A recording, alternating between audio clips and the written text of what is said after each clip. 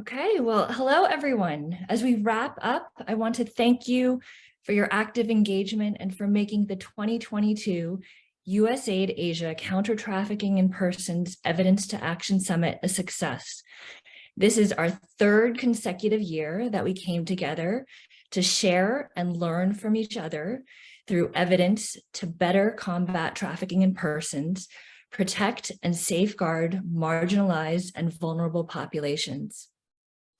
If you remember, in the first year of Evidence to Action in 2020, we learned a lot about why research is so rarely used by practitioners and prepared a subsequent guiding tool to help researchers, policymakers, donors, and practitioners work together to ensure evidence uptake. In the second year, 2021, we presented CTIP learning papers that showed that generally, we are not great at iterative programming and learning from our failure. Based on the working session and the conference, we came away with research and strong recommendations for how to better learn from failure and ensure that survivors are benefiting fully and that programs are as effective as possible. This year, which is the third consecutive year, we have accumulated knowledge from better data collection and evidence, better communication among practitioners, and integrated survivor participation in our efforts to counter trafficking. As we've learned from the session entitled, What Survivor Engagement Really Means, it is vital for CTIP practitioners to include survivors in every step to better protect and provide services to them. By empowering survivors, providing support and adequate space to share their experiences, we can position them to champion the efforts to counter TIP and guide us on how to come up with trauma-informed inclusion programs that are practical, effective, and inclusive. From the sessions entitled Jessie Lund's Disability, an LGBTQI+ nexus in CTIP, we have a better understanding of the discrimination and social exclusion in TIP, especially among the LGBTQIA+ community. Participatory processing and support of LGBTQIA+ survivors is vital, as repeated in the slogan, "Nothing about us without us." Another interesting session was uncovering the truth, investigative journalism's role in gathering evidence in TIP.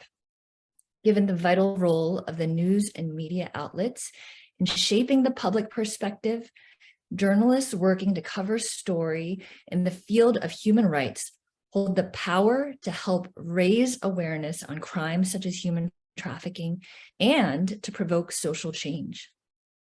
To help capture some of these best practices and lessons learned, USAID will release its revised CTIP field guide next month to assist staff and partners to design, implement, monitor, and evaluate CTIP investments.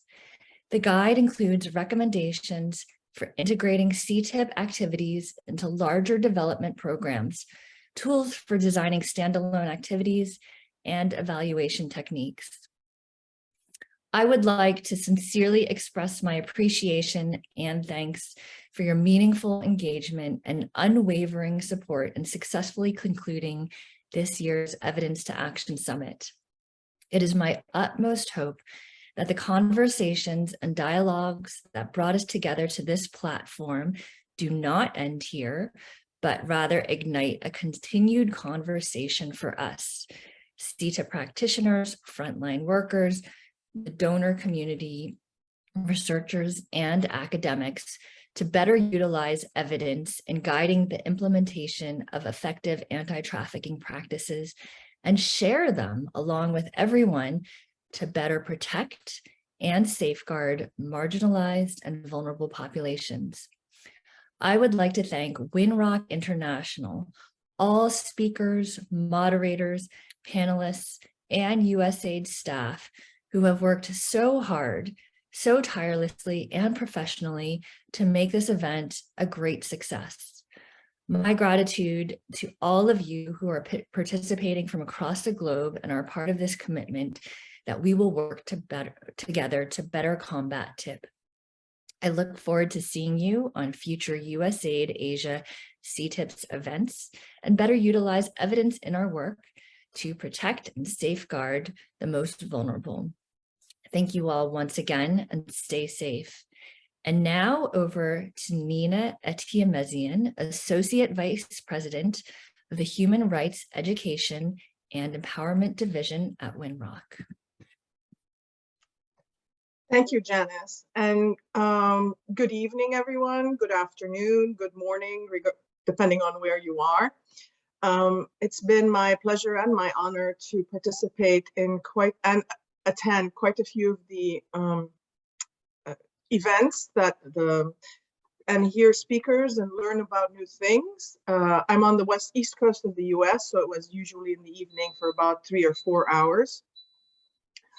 But most especially, I think I would like to start out by thanking very critical persons. Thank you to participants and presenters who represent a diverse set of experts across the region, to USAID for their continued support to reduce trafficking in persons in Asia, to the Freedom Collaborative, our longstanding partner, to Inside PAC, the conference's technical facilitators, and also I have to personally thank the staff of Asia CTIP who organized, and I know have been spending lots of hours doing this for several months. So thank you all and congratulations for a phenomenal event. It was extremely comprehensive, involved all sorts of topics and angles and aspects, and also I think had so many different participants from all over the world. In fact, let me give you some numbers. There were 700 attendees, 11 languages. This was done across 16 time zones with 85 speakers and panelists, 6 of whom were themselves survivors. Some other pieces of information that you may find interesting. So the participant, basically everybody who attended this conference, it was made up of 67% were CSOs or NGOs, 9% were government representatives, 7.5% came from the private sector, and 5.5% are academics. So again, a comprehensive and incredible range of participants. I know you all took a survey at some point, and the survey results came out broken up evenly between the 3 different categories. I will use research shared during this event to inform our work or future programming. I have made connections that will support my organization or my work moving forward. I have been inspired to take a new approach or look at certain topics in the trafficking field in a new way. So I guess each one gets the same, got the same number of votes. What are key takeaways? I think the key takeaways and what can we be doing better as a sector to continue the important work and collectively take stronger action to reduce TIP. The last 3 days have highlighted some key recommendations for all of us to consider. The first is to ensure that interventions have survivor-centered approaches and include survivors at all stages. At the start of the conference, we heard about the significance of survivor inclusion in all aspects of CTIP, and this issue has continuously echoed throughout the sessions. As Erwin Puhawan said from Kanlongan Center, the real expert in labor migration is the migrant labor. Migrants are not vulnerable. It's the situation that is what makes them vulnerable. The above quote shows the importance of survivor engagement. Individuals are inherently resilient, but we must build on their strengths and focus on empowerment so that they have the space and the ability to also be agents or have agency in their own in the solution to the problems that sorry, having a moment here, in the solution to the constraints and the realities of what causes the causes of trafficking. Now,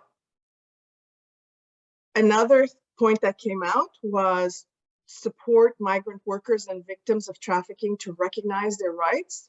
There's been a lot of focus in this space as outlined in Qatar's Road to Reform and in the documentary Razad Asa presented by Pertimig. However, more action is needed.